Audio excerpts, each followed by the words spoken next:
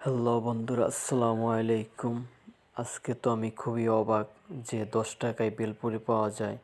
জীবন ভরা খেলাম 20 টাকা করে বেলপুরি, আক্তার মামা আমাদের খাওয়াচ্ছে 10 টাকা করে।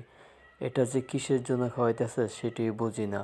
তাই আক্তার মামাকে জিজ্ঞেস করছিলাম যে মামা, 10 টাকায় বেলপুরি এটা কিভাবে সম্ভব?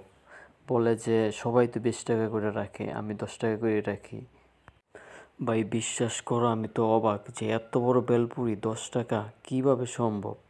তারপর তো কোনো কথাই নাই, খাইতে খাইতে এত পরিমাণ খাইছি, এক বসা থেকেই মনে করো 16টা বেলপুরি।